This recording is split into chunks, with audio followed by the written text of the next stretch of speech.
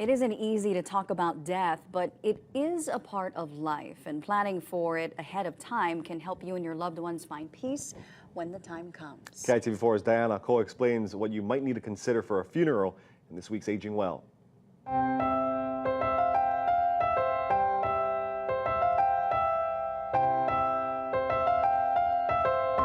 You may not know when the end will come, but you can prepare for it. The first thing to do is to consider what you would like to do.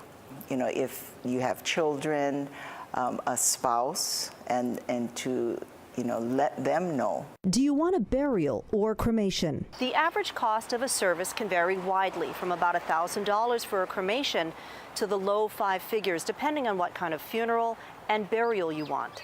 If you want to be buried, pick out a casket and a cemetery. Then think about the funeral. What kind of service you would like, if any, the place you would like to have your service, whether it's at the mortuary or whether it's at a church.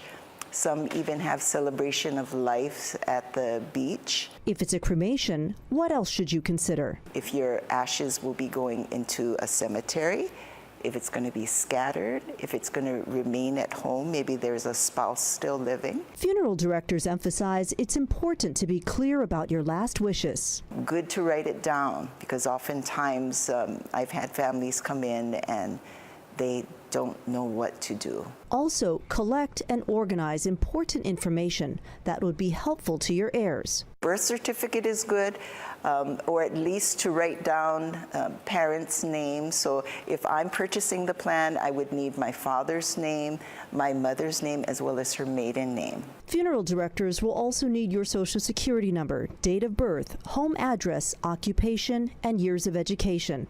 All of this, they say, can save you some stress at an already difficult time.